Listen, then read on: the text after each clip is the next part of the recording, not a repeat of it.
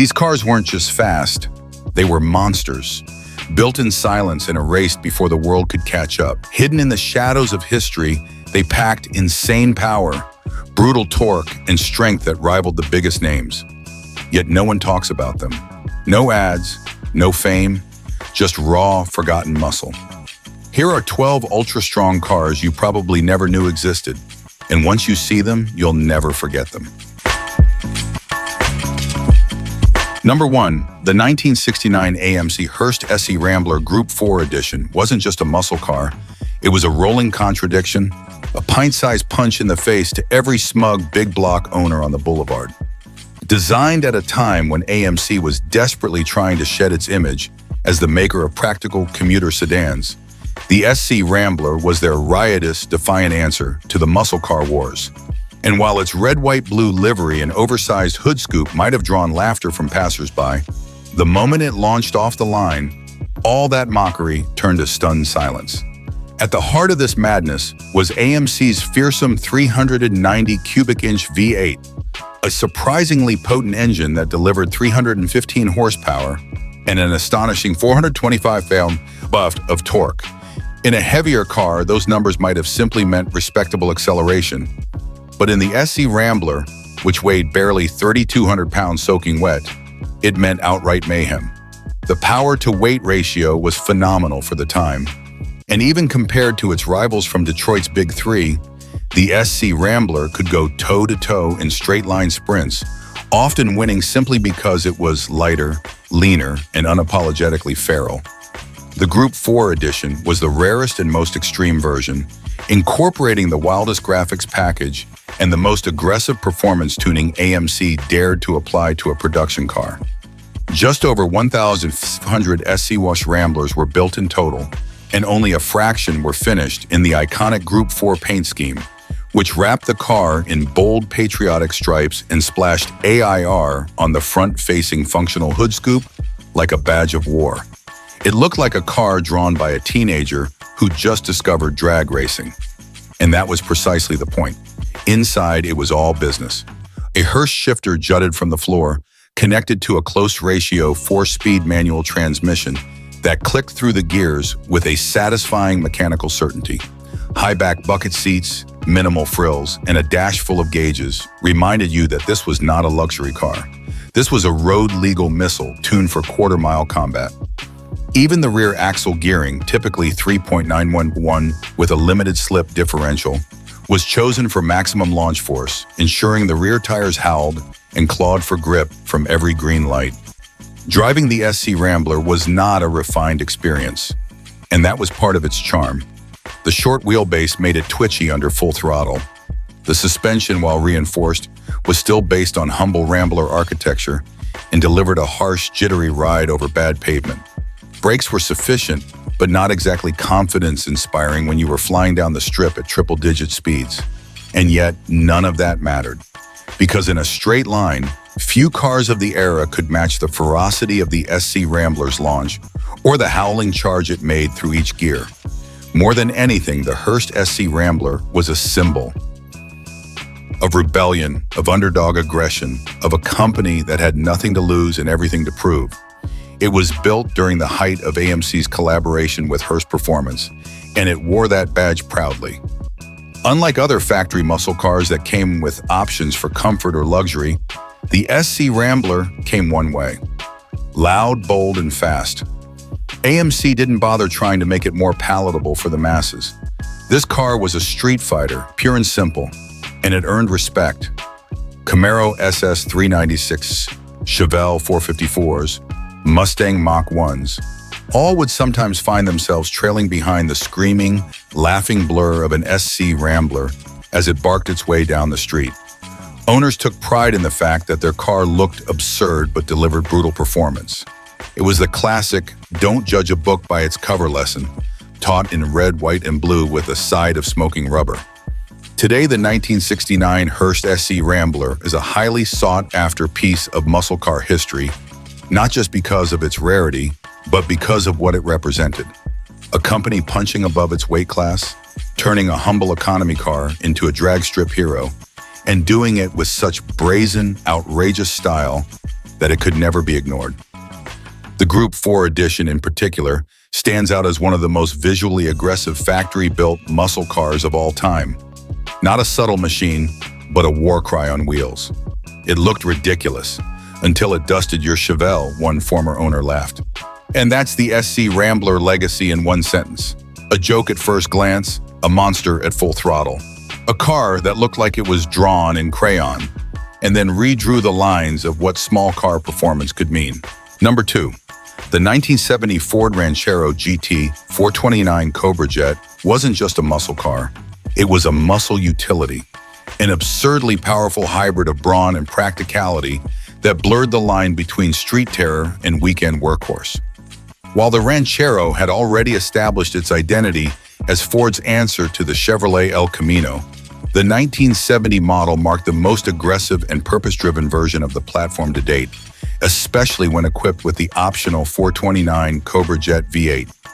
With that engine under the hood, the Ranchero GT transformed from a curious coupe utility into a full-blown drag strip sleeper capable of brutal straight-line acceleration, all while hauling a payload in the bed. Visually, the GT package gave the Ranchero its most confident stance. Sharing its front-end styling with the Torino Cobra, it featured a sharply pointed nose, recessed quad headlamps, and a blacked-out grille that looked as mean as it sounded. A functional hood scoop on Ram Air cars hinted at the violence underneath. Wide GT striping, special badging, and Magnum 500 wheels completed the look, turning the humble half-ton hauler into something far more menacing. It looked fast, standing still, and unlike most trucks of its day, it was fast-moving, shockingly so. But the real story was that engine, the mighty 429 Cobra Jet, officially rated at 370 horsepower and over 450 lb-ft of torque, it was one of Ford's most brutal big blocks. While slightly detuned from the 429 Super Cobra Jet found in the Torino SCJ, the standard CJ version still had cavernous breathing ability, huge ports, a high-lift camshaft, and a 4-barrel carb that drank fuel with abandon. Mated to either a C6 automatic or a top-loader 4-speed, the 429 CJ Ranchero could lay rubber well into second gear and pull hard through the mid-range with a deep, furious growl. It shared mechanical DNA with the best Ford muscle cars of the era, the Torino Cobra, the Cyclone spoiler, and the Boss 429 Mustang. But the Ranchero's twist was its dual-purpose nature. You could tow a trailer or load the bed with engine blocks, then roast the tires at the stoplight on the way home. It wasn't just a novelty, it was a legitimate threat to Camaros and Roadrunners while still being able to haul plywood. Ford didn't just stuff a big engine in a pickup and call it done. They gave the GT the heavy-duty suspension, sway bars, and reinforced chassis needed to handle all that torque. But while the idea of a muscle truck appealed to the few, it was still far from a mass-market seller. Very few Ranchero GTs were ordered with the 429 CJ engine. Most customers either bought a regular Ranchero for utility or a Torino GT if they wanted performance. As a result, surviving examples are incredibly rare, especially those equipped with the 4-speed and drag pack options. Many lived hard lives, abused on drag strips, overworked on farms, or simply rotted away as gas prices rose and the muscle era came crashing to an end. Driving one today is a surreal experience. The cab is small, the nose is long, and the rear is always eager to step out under throttle. But once that big Cobra Jet V8 starts to sing, all those odd proportions and compromised ergonomics fade into the background. It accelerates like a Torino on steroids, but rides like a stiff pickup, shaking and bellowing with every jab of the throttle. The rear suspension, designed to carry loads, doesn't love empty launches, but it will still melt the tires with ease. You can hear the intake vacuum whistle through the Ram air ducts as the secondaries open, and you feel the torque punch through the frame like a sledgehammer with every gear. And yet, that's part of the charm. It's a car that makes no sense, and all the sense. A factory-built contradiction that offered the muscle car fantasy with the utility of a contractor's rig. While most Rancheros were built for grocery runs or hauling yard clippings, this one was built to haul ass. It could smoke the tires and carry your tools while doing it, as one former owner put it. And that about says it all. The 1970 Ford Ranchero GT 429 Cobra Jet was a blue-collar burnout machine, the kind of car that left black marks on the street and cement in the bed. Part hot rod, part hardware store, and all heart. Number 3. The 1963 Studebaker Avanti R3 Supercharged is the kind of machine that almost doesn't seem real.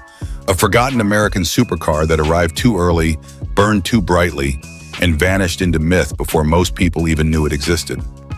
While the standard Avanti was already a radical departure for Studebaker, a sleek, fiberglass-bodied coupe styled by the legendary Raymond Loewy, the R3 version was something altogether different. It was the culmination of wild ambition, performance insanity, and the kind of corporate risk-taking that rarely survives more than a single fiscal quarter. At its core, the R3 was a hand-built street-legal race car. Beneath that swooping fiberglass body sat a heavily modified 304.5 cubic inch V8, assembled not on the factory line, but by the legendary Andy Granatelli and his brothers, who had made a name for themselves in the performance world through Paxton superchargers and Indy 500 speed records. The R3 engine was fitted with forged internals, special heads, high-flow exhausts, and most importantly, a belt-driven Paxton supercharger, force-feeding it boost through a carefully tuned carburetor. The result was a conservatively rated 335 horsepower and over 400 pound-feet of torque in 1963, mind you, when a Corvette made 340 HP with nearly double the displacement and none of the forced induction. But unlike the raw, burly feel of big block competitors, the R3's power delivery was a different beast. It didn't lurch or roar like a typical American V8. It wound up like a turbine, building thrust with an eerie smoothness and a high-pitched whine from the supercharger that sounded like a jet spooling up. It was controlled fury, tightly wound and brutally efficient. The 0-60 time? Under 6 seconds, verified by multiple road tests, a figure that put it in league with the Ferrari 250 GTE and Aston Martin DB4 GT. For context, this was a Studebaker. Visually, the Avanti was already a shock to the senses. With no grille, a pointed nose, and a swooping belt line that culminated in a chopped-off rear, it looked like a spacecraft designed in a wind tunnel. And in many ways it was. The body was made entirely of fiberglass because Loewy's team couldn't get the steel panels to bend into the necessary shapes. The interior was equally forward-thinking. Bucket seats, a full-gauge cluster, aircraft-inspired toggle switches, and a wraparound dash that made you feel like you were piloting something dangerous. Only 9 R3 Avantis were ever factory-built, making it not just one of the rarest Studebakers ever produced, but one of the rarest high-performance American cars of all time. They were expensive, demanding to drive, and misunderstood. By the time the R3 hit the streets, Studebaker was already in deep financial trouble. The South Bend factory would shut down a year later. The Avanti name would live on, resurrected by independent manufacturers. But the R3 was the last desperate swing of a dying company still dreaming big. Those lucky enough to drive an R3 Avanti talk about it with a kind of reverence. The way it would hunker down on acceleration, how the supercharger would scream as the tatch wound toward redline, and how people would stare at it, utterly unsure of what they were looking at. It didn't behave like a muscle car. It wasn't comfortable like a luxury coupe. It was a ballistic missile disguised as industrial design, futuristic in form, terrifying in function. It looked like a spaceship and hit like a freight train, as one original owner recalled. That isn't just a clever metaphor, it's an accurate depiction, because the Avanti R3 wasn't a compromise. It wasn't trying to be many things to many people. It was a bold, unapologetic, low-production street weapon built by a company on the edge, engineered by hot rodders, and styled by an icon. Today, the R3 is a unicorn. Most enthusiasts have heard of the Avanti, but few have ever seen an R3, and fewer still have experienced the full brutality of its supercharged powertrain. It is the kind of car that reminds you American performance wasn't always about displacement and stripes. Sometimes it was about vision. about what happens when industrial designers, racing engineers, and desperate executives all throw the rulebook out the window and build something so fast, so rare, and so outrageous that the world still doesn't quite know what to make of it. The 1963 Studebaker Avanti R3 wasn't just fast for its time, it was revolutionary. And like all true revolutions, it was too far ahead of its moment to survive. Number 4. The 1971 Plymouth GTX 440+6 was the kind of car that didn't ask for attention. It commanded it. Towering in both presence and performance, the GTX in this configuration wasn't just another muscle car in the Mopar stable. It was a cold-eyed street enforcer, built to deliver raw, relentless power without the high-maintenance flair of the more notorious Hemi. And in many ways, that's what made it more dangerous, more real. Let's start with the engine. The 440 cubic inch six-pack V8, toppled by a trio of Holley 2-barrel carburetors, was a brute force solution to performance. Rated at 390 horsepower and a staggering 490 lb of torque, the six-pack didn't rev high or make mechanical poetry. It made thunder. Where the Hemi sang, the 440 growled. And when those outer two carbs kicked in under full throttle, it felt like the car had just grabbed a second wind and started shoving the world out of its way. The mid-range pull was ferocious, a wall of torque that hit like in a freight train at 3,000 RPM and didn't let go until well past 5,000. On the street, that meant one thing. It was faster than the Hemi more often than not, especially from a dig. By 1971, the GTX had evolved into something different from the raw, stripped-down muscle car it had been earlier. Built on Chrysler's new fuselage body design, the 71 GTX looked wider, lower, more sculpted, and far more intimidating. The Coke bottle side profile gave it an athletic stance, while the new grille design and deeply inset quad headlights gave the front end the demeanor of a predator eyeing its next meal. And then there was the hood.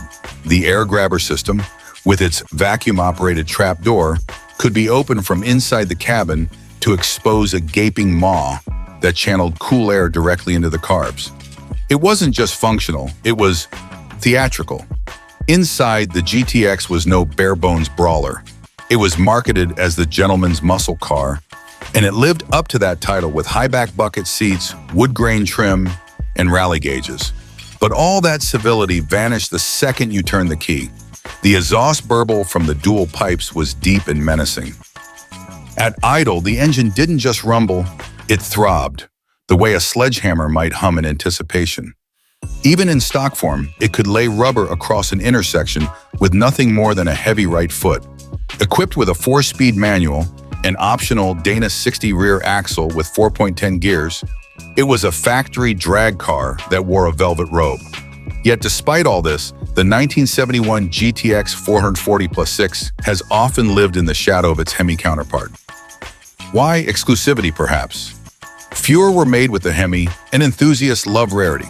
But in truth, the six-pack GTX was not only quicker off the line in most real-world conditions, it was cheaper, more reliable, and easier to maintain.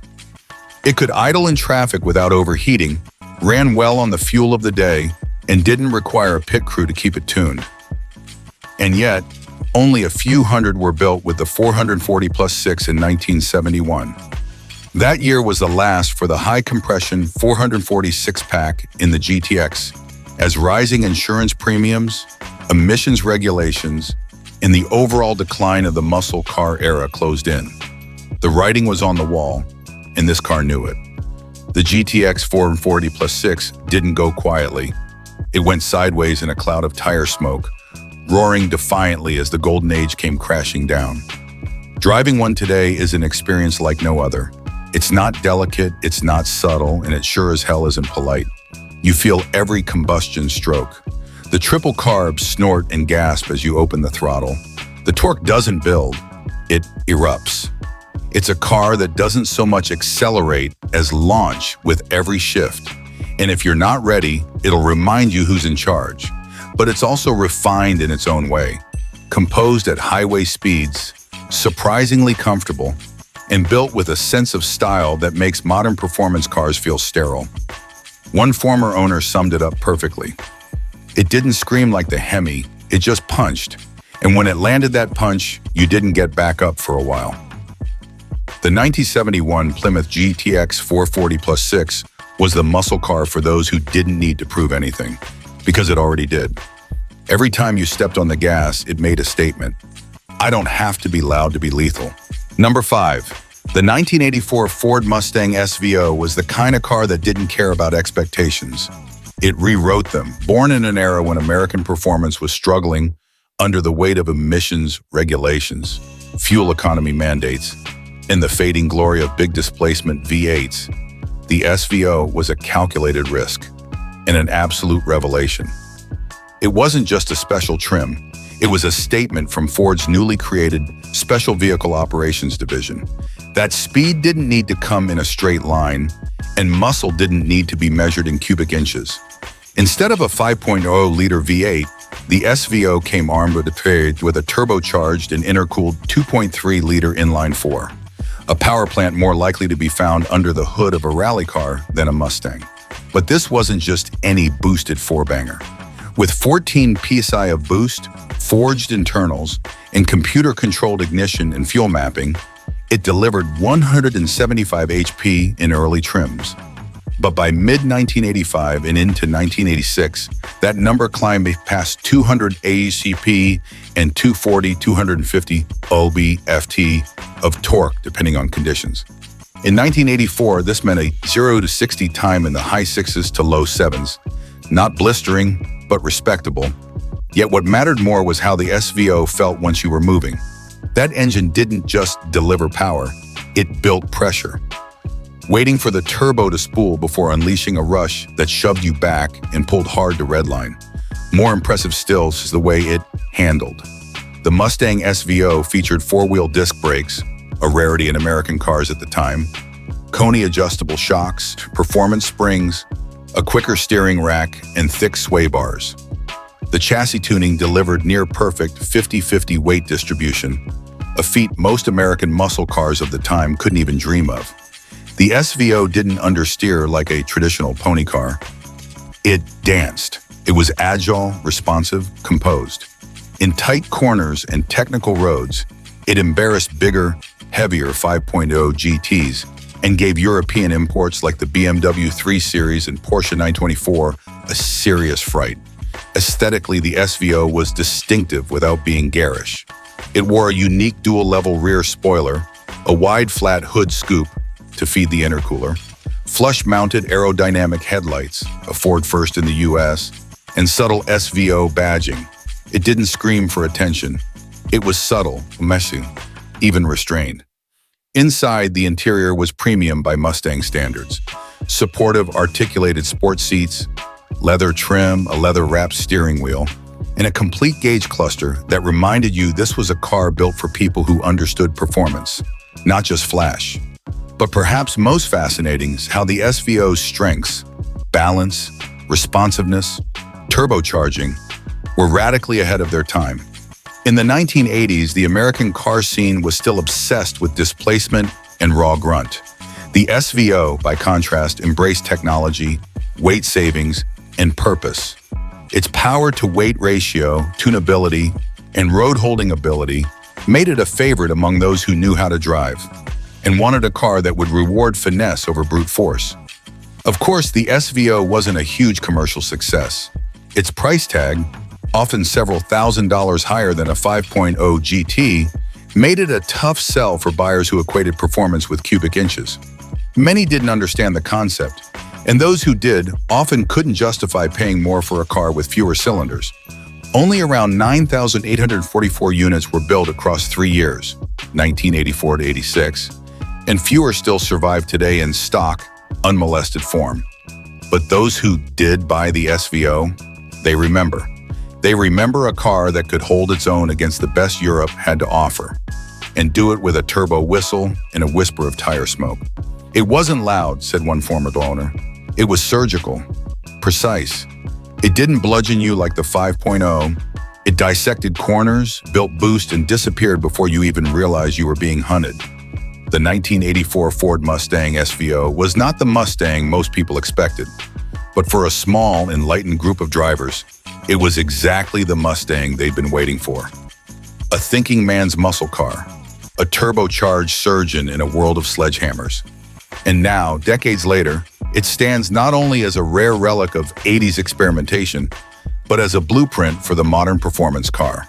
Number 6. The 1972 Oldsmobile Cutlass Supreme 455 W30 was one of the final roars of a dying breed, a last hurrah of high-displacement American muscle cloaked in formal wear.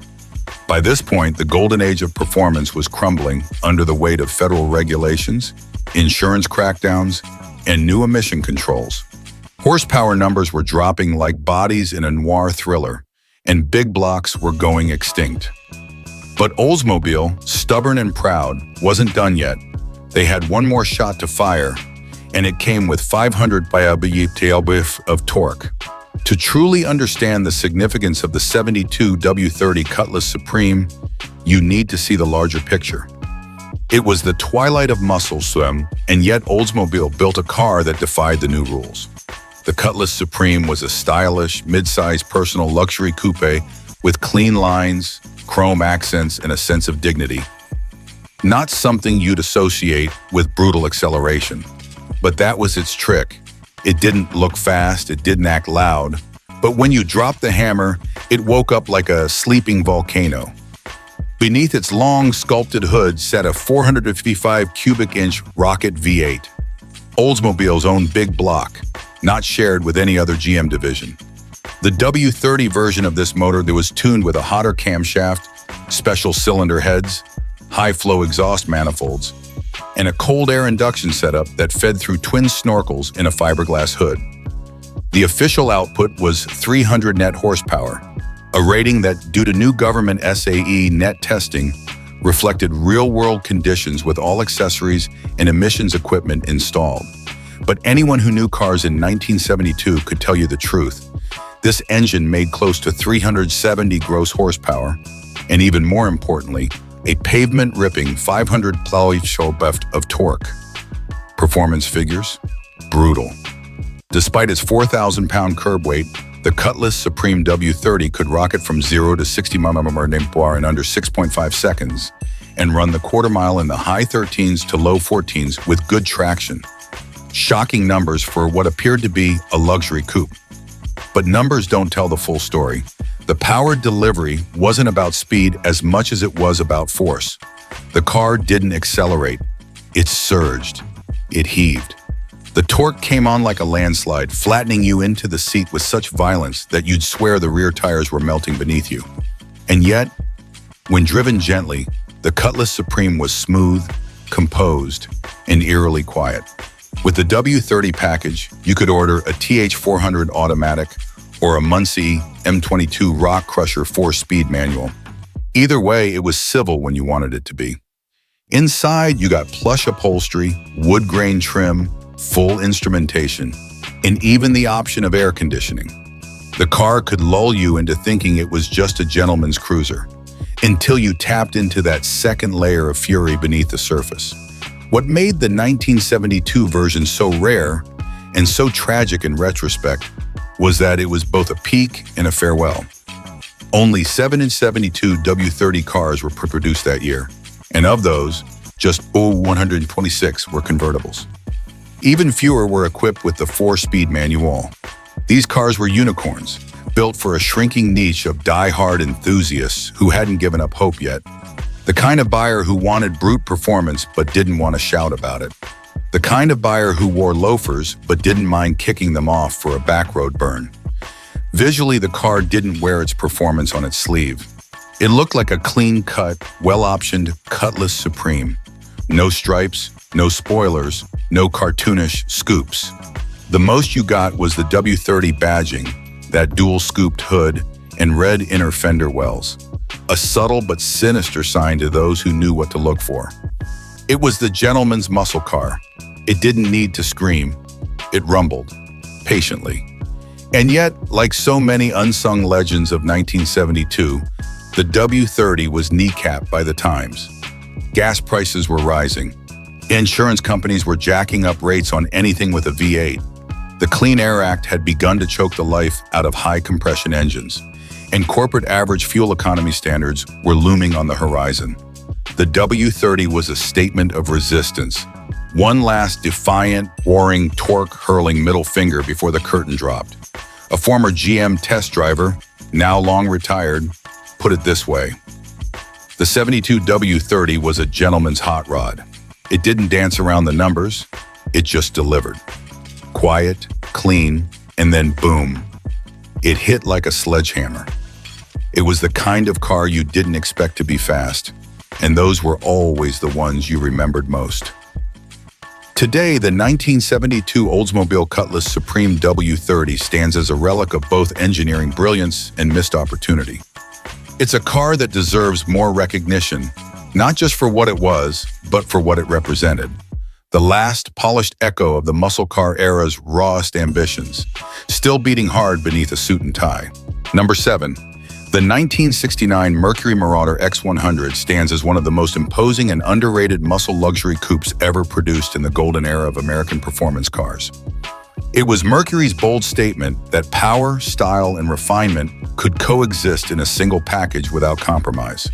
While the mainstream muscle car world was dominated by smaller, raw-boned pony cars like the Mustang and Camaro, Mercury was taking a completely different approach, building a land yacht with muscle car guts, designed for those who wanted to command attention with quiet authority and strike fear with sheer, unrelenting force. Weighing in at over 4,300 pounds, the Marauder X100 wasn't just a car, it was a rolling fortress of steel and chrome. Its sheer size gave it a presence on the road that was impossible to ignore. The long, sleek roofline and massive slab-sided body exuded a sense of grandeur and permanence, with subtle but aggressive touches like the signature X100 grille, hidden headlamps, and bold badging that hinted at the performance lurking beneath. The car's stance was low and wide, with muscular wheel arches framing thick tires that seemed ready to claw the pavement at a moment's notice. Step inside and the Marauder continued its luxurious assault. The interior was a mix of plush leather upholstery, rich wood grain accents, and chrome trim that spoke to an era when American cars were as much about comfort and style as speed. The roomy cabin offered space for 4 passengers in genuine comfort, and every control felt solid and purposeful. It was a personal luxury coupe designed not only to perform, but also to impress discerning buyers who wanted power wrapped in elegance. But the real heart of the Marauder X100 lay under its massive hood, a 429 cubic inch Super Marauder V8 engine, rated at 360 horsepower and a staggering 480 lb of torque. This was no ordinary V8. It was a specially tuned powerhouse built to deliver effortless acceleration and muscle car brutality without sacrificing smoothness. The engine's massive torque meant that even at low RPMs, the Marauder could surge forward like a charging bull, effortlessly moving its heavy frame with brutal force. Equipped with a heavy-duty automatic transmission and robust suspension components, the X100 offered a driving experience that was both commanding and surprisingly composed given its size. Performance numbers, while modest by today's standards, were terrifyingly quick for such a large coupe at the time. The Marauder could rocket from 0 to 60 mph in the mid to low 7-second range, a pace that left many smaller muscle cars in the dust. Quarter-mile times in the mid-15-second bracket, combined with a comfortable ride and poised handling for a car of its mass, made it a true sleeper. The Marauder X100 wasn't about showboating or loud graphics. It was about delivering power with class and subtle menace. What makes the Marauder X100 even more fascinating is the context of its creation. By 1969, muscle cars were reaching their peak in terms of power, but the market was diversifying. Mercury's response was to carve out a niche that blended personal luxury with brute strength, appealing to buyers who wanted a vehicle that could ferry them to the country club in style, but still dominate on the open road. It was a car for executives who liked the idea of muscle but didn't want to sacrifice sophistication or comfort. In that sense, the Marauder was a bridge between muscle car fury and luxury sedan refinement, a rare beast that is often overlooked in the muscle car pantheon. Today, the 1969 Mercury Marauder X100 is a prized collector's item, sought after for its rarity, distinctive style, and powerful drivetrain.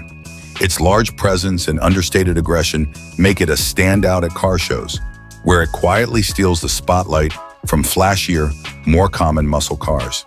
Its rarity and unique place in automotive history make it a fascinating study of how American manufacturers experimented with combining luxury and muscle during the waning days of the muscle car era.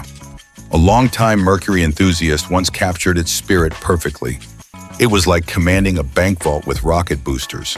Solid, secure, luxurious. And when you hit the gas, it didn't just move. It crushed everything in its path without so much as raising its voice.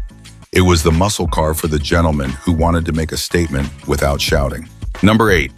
The 1980 Pontiac Trans Am Turbo Indy Pace Car represents one of the more intriguing and often overlooked chapters in the history of American muscle cars, particularly at a time when the muscle car era was waning under the weight of emissions regulations, insurance costs, and rising fuel prices.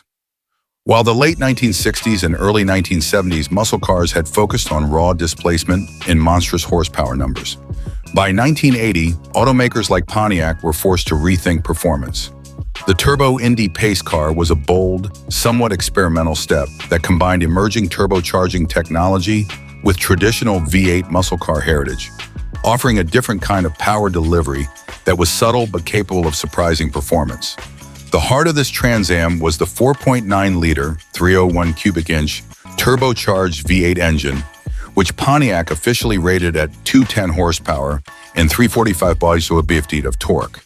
Those numbers, on paper, were modest and even underwhelming compared to the peak muscle car outputs of just a decade earlier, where naturally aspirated big blocks were pushing 400 to 450 horsepower.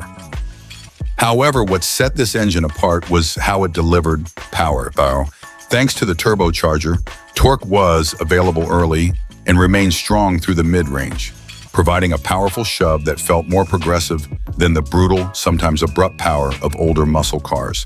This translated to a driving experience that rewarded smooth application of the throttle, building boost progressively, and delivering a thrilling surge once the turbo kicked in. The Turbo Indy Pace Car wasn't just about performance under the hood.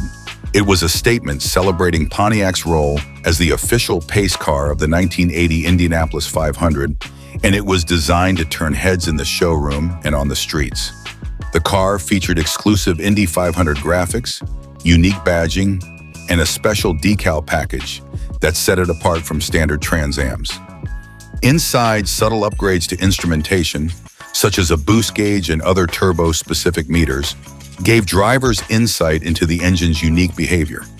The suspension was also slightly upgraded for better handling to complement the turbocharged powertrain, making the car feel more poised on corners than many of its contemporaries. Despite its modest horsepower rating, the Turbo Trans Am had surprising straight-line performance for the time. It wasn't a blistering quarter-mile dragster by modern standards, but it could hold its own against many other muscle and pony cars of the early 80s. The key was the torque delivery. While turbo lag was present once boost built, the car lunged forward with enough urgency to impress even those accustomed to naturally aspirated V8 grunt. For many drivers, this was a new kind of muscle car experience, blending raw American V8 character with the evolving technologies that would define performance cars in the decades to come.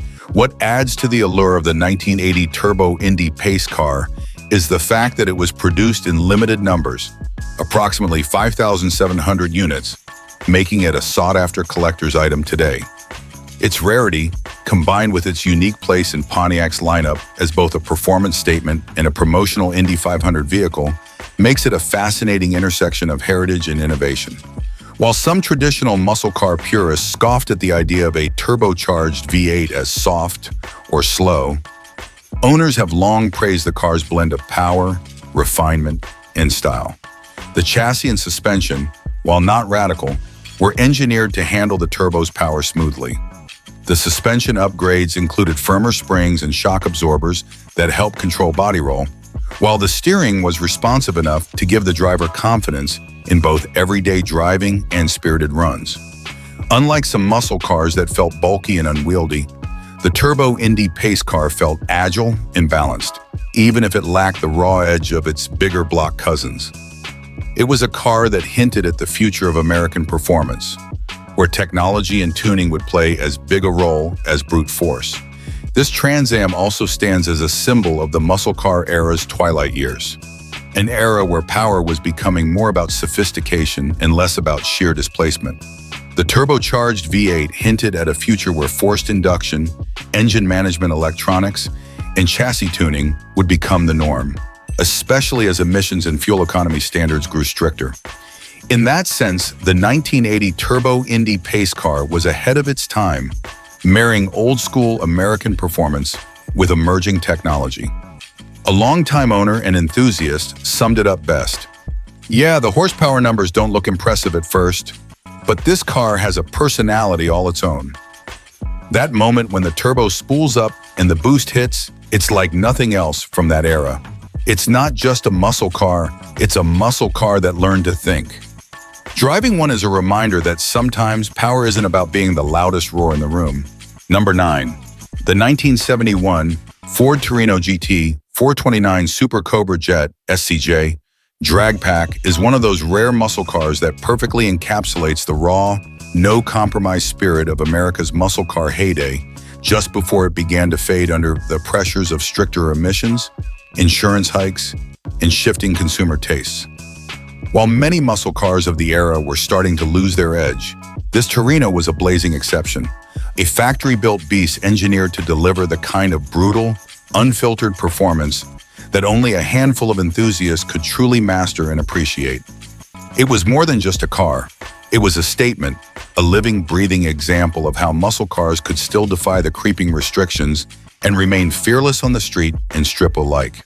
At the heart of this monster was the 429 cubic inch Super Cobra Jet V8, an engine that was both legendary and feared. Officially rated at 375 horsepower, these figures were wildly conservative given the engine's true output. Torque figures routinely pushed well beyond 450 pounds, enough to launch the Torino GT with an almost feral intensity. The Drag Pack package wasn't simply about power numbers, though. It included a host of performance upgrades designed to make the most of that power, like solid lifters and heavy-duty valve springs to handle high RPMs without faltering, a massive cold air induction system to feed the hungry engine with cooler, denser air, and a beefed-up cooling system to keep everything running under the most demanding conditions. The 4.11 rear axle ratio was a crucial piece of this puzzle, turning the engine's muscle into explosive acceleration right off the line, giving the Torino a lightning-quick, aggressive bite that left competitors in the dust. Yet, the Drag Pack Torino wasn't just about straight-line speed. It was a raw driving experience that could be unforgiving to the unprepared. The car's chassis was reinforced to handle the beastly torque, but it still retained the feel of a wild animal barely tamed. Throttle control was critical, too soft, and the car felt sluggish, too aggressive, and the rear tires would break loose in a smoky, tire-shredding fury. The car's handling demanded respect, and every launch was a test of skill and nerve. It was a car that didn't mask its power with polish or refinement. Instead, it shouted it from every panel and vent, a visceral beast you could feel in your bones every time you got behind the wheel. Inside, the Torino GT Drag Pack's cabin was a blend of muscle car basics with subtle performance cues. Unlike the cushy personal luxury coupes that were becoming popular, this car focused more on function than frivolity. A large, clear tachometer sat prominently on the dash, keeping the driver informed during those critical high RPM runs, while a sturdy Hurst shifter invited precise gear changes that were essential to wringing every ounce of performance from the 429 SCJ engine. The seats held the driver firmly in place, a reminder that this was no casual cruiser. It was a race-ready machine built for those who wanted their muscle pure, loud, and unfiltered.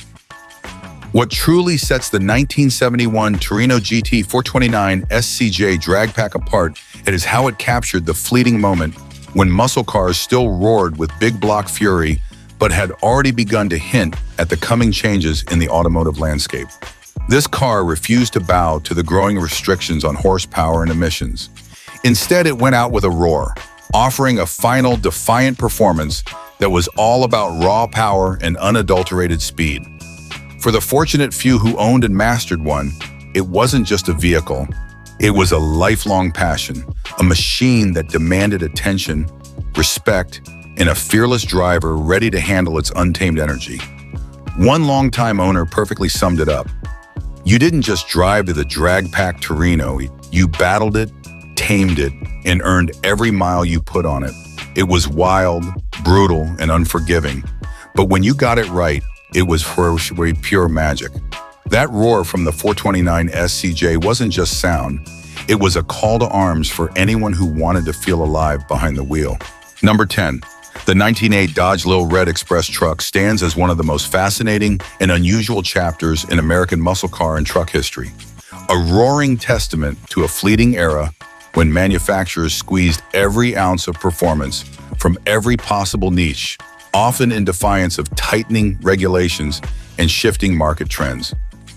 At a time when muscle cars were increasingly throttled back by emissions controls, insurance premiums, and the rising tide of fuel economy concerns, Dodge seized upon a clever regulatory loophole.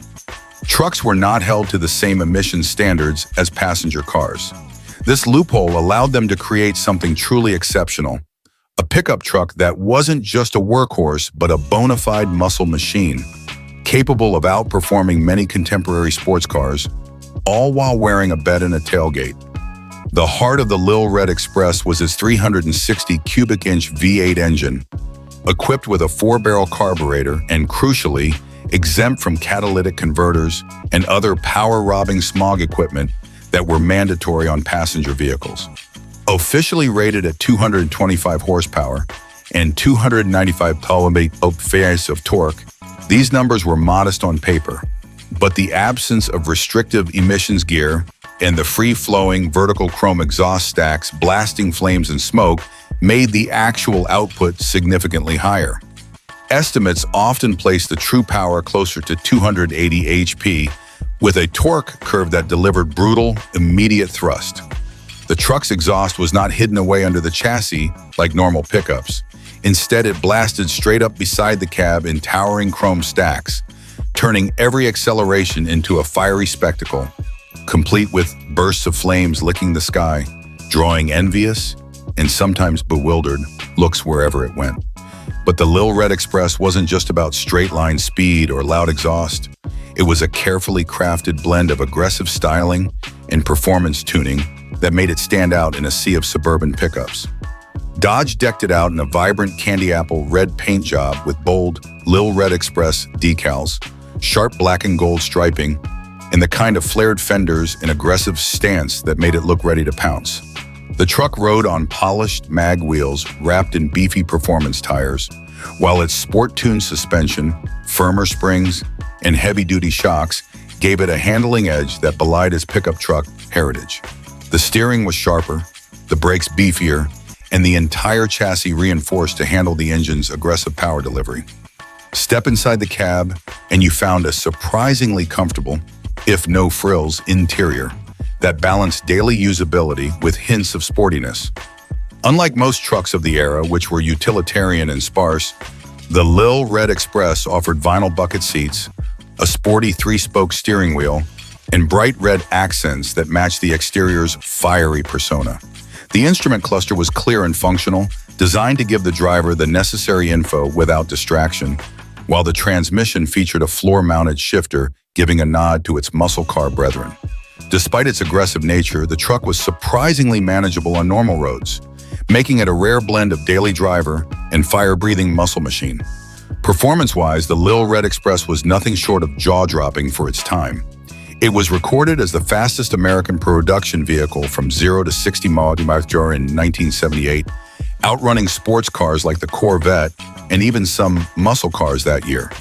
The 0-60 Sprint was brisk, with the engine's thunderous torque pulling hard through the 4-speed manual or 3-speed automatic transmissions offered.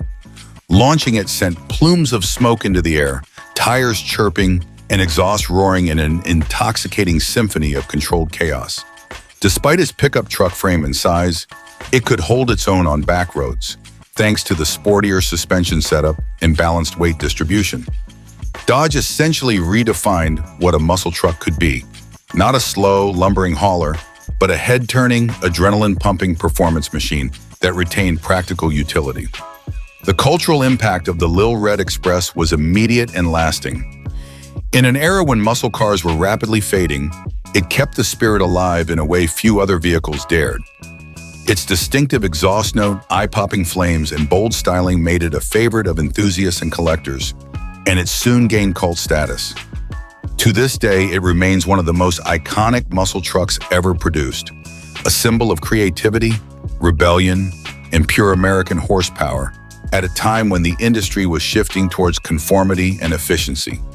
Collectors prize the Lil Red Express not just for its rarity. It's estimated that only about 9,000 were produced in 1978, but for its unique place in automotive history as a truck that dared to be a muscle car. Restored examples often command high prices and draw crowds at car shows. Number 11. The 1974 Chevrolet Chevelle Laguna Type S3 stands as a remarkable and often underappreciated icon in the twilight years of the classic American muscle car era. A car that embodies both the resilient spirit of muscle performance and the elegant transition toward refinement necessitated by a changing automotive landscape. By 1974, the muscle car world was under siege. Emission regulations were tightening, insurance premiums were soaring, and rising fuel prices were making gas-guzzling V8s increasingly unpopular with the broader public. Manufacturers were caught in a delicate balancing act. They had to maintain performance credentials while adapting to stricter safety and environmental mandates, all without losing the loyalty of muscle car enthusiasts. The Laguna Type S3 was Chevrolet's ambitious answer, a subtle but potent statement that muscle could still roar, even as the world demanded it be quieter and cleaner. The Laguna itself was born from the crucible of NASCAR competition. With racing regulations emphasizing aerodynamic efficiency, Chevrolet needed a car that could cut through the air with minimal drag, yet carry the power necessary to dominate. The Type S3 was the high-performance variant engineered to meet those demands. Its sleek, elongated nose was more than an aesthetic flourish. It was a carefully crafted aerodynamic tool. Recessed headlights replaced the pop-ups of earlier models, smoothing airflow, while a subtle front air dam and rear spoiler improved high-speed stability. These elements, combined with wide, aggressive stance and bold Laguna-type S3 badging, gave the car a purposeful, race-ready aura that distinguished it from the standard Chevelle models. Beneath this refined exterior lurked a true beast, the formidable LS4 454 cubic inch big block V8. Although emission standards now force Chevrolet to officially rate it at a diminished 270 net horsepower, this rating belied the engine's real-world ferocity. The LS4 produced an immense and thunderous 390-plus pound-feet of torque, delivering brutal, tire-scorching acceleration that could catch muscle car purists off guard. When the accelerator was floored, the Laguna's rear tires erupted in smoke, propelled by an engine that seemed to summon raw, visceral power from the depths of Detroit's performance heritage. While the era's safety regulations had introduced features such as catalytic converters, the Type S3 retained an aggressive exhaust note that announced its muscle car lineage without apology. But the Laguna was more than just straight-line power. It was a driver's car sculpted for balance and control. Chevrolet fitted the Type S3 with a race-inspired suspension package that stiffened springs, upgraded shocks, and enhanced sway bars to tame the big block's power and deliver precise handling. Unlike many contemporaries that had become bloated and cumbersome, the Laguna's chassis exhibited surprising agility and poise. On winding back roads or the curves of a racetrack, it felt planted and responsive, a rarity for full-size muscle cars of the time. Braking performance was similarly upgraded, ensuring the car could rein in its ample momentum when called upon. Inside, the Laguna Type S3 embraced comfort without sacrificing sportiness. Chevrolet knew its buyers wanted a car that could be enjoyed daily, yet still offer the thrill of a muscle car. The interior featured plush bucket seats upholstered in rich materials, tasteful trim accents, and a driver-focused cockpit with clear instrumentation. It balanced luxury with purpose. The type of car you could drive to work in style and still unleash unrelenting performance on the weekend. This duality made the Laguna appealing to a more mature muscle car enthusiast who wanted brute strength wrapped in a polished, confident package. Production of the 1974 Laguna Type S3 was relatively limited, especially in the high-performance 454 engine configuration, making it a sought-after rarity today. It represented the last great muscle car hurrah before the industry shifted decisively towards smaller, less powerful engines, and the muscle car era faded into history. Yet the Laguna's impact went beyond mere performance statistics. It symbolized a time of transition, when manufacturers still dared to push boundaries despite growing constraints. It preserved the essence of American muscle: raw power, aggressive styling, and driving excitement, even as the automotive world changed around it. Collectors and enthusiasts today prize the Laguna Type S3 not only for its rarity, but also for the character it embodies. It's a car that doesn't shout for attention with flashy graphics or outrageous modifications. Instead, it commands respect with quiet confidence, subtle aggression, and undeniable performance. It's the muscle car that wears a tailored suit, carrying the legacy of the 60s muscle wars into a new, uncertain era without losing its soul. Number 12.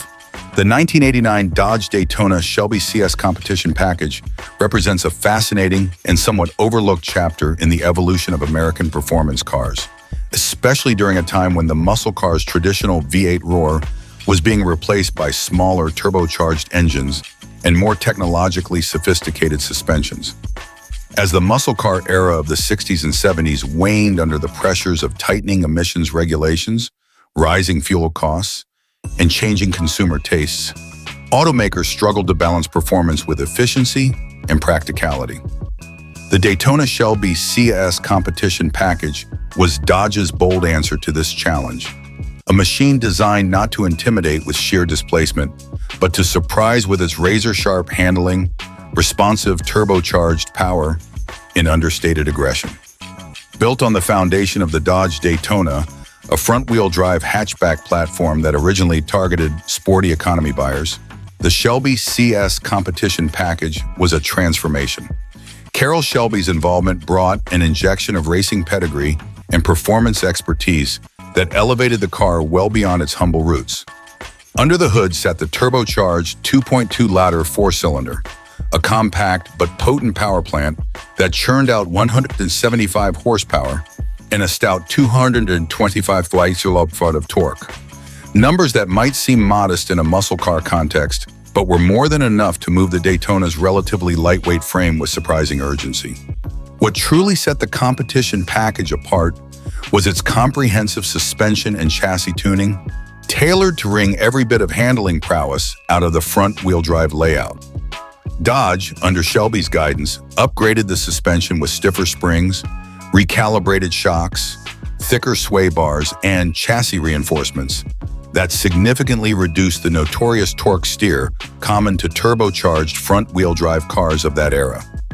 This meant the Daytona Shelby CS could dart through corners with precision and composure, exhibiting a sharpness and responsiveness that few competitors in its segment could match.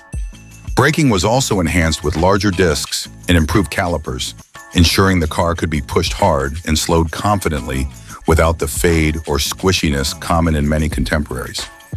This setup allowed the Daytona Shelby CS competition package to excel as a nimble, agile driver's car, one that rewarded skillful input and precision rather than brute force. Unlike the traditional muscle cars that relied on raw displacement and straight-line speed, this Daytona was about finesse, quick transitions, and harnessing turbocharged power without losing composure. It was perfectly suited to tight back roads and technical driving, where its balance and handling could shine. The car's lightweight body and aerodynamic hatchback shape only added to its ability to slice through the air and maintain stability at speed. Inside, the Shelby CS featured a driver-focused cabin with unique Shelby badging, sports seats that hugged occupants during spirited driving, and a performance-inspired instrument cluster. Unlike the loud and flashy muscle cars of previous decades, the Daytona presented a more subtle and modern image, appealing to drivers who wanted performance without excessive flamboyance. It was the embodiment of late 80s performance culture, technologically savvy, efficient, and deliberately understated. Despite its compelling combination of power, handling, and exclusivity, only about 20,500 were produced. The Daytona Shelby CS competition package was overshadowed in a market that still idolized larger displacement V8s and bold muscle car icons. It never achieved the legendary status of some Shelby or Dodge muscle cars of earlier decades. But for those who understood its capabilities, it was a hidden gem, a car that delivered serious performance in a package that was lighter, sharper, and more driver-centric than many contemporaries.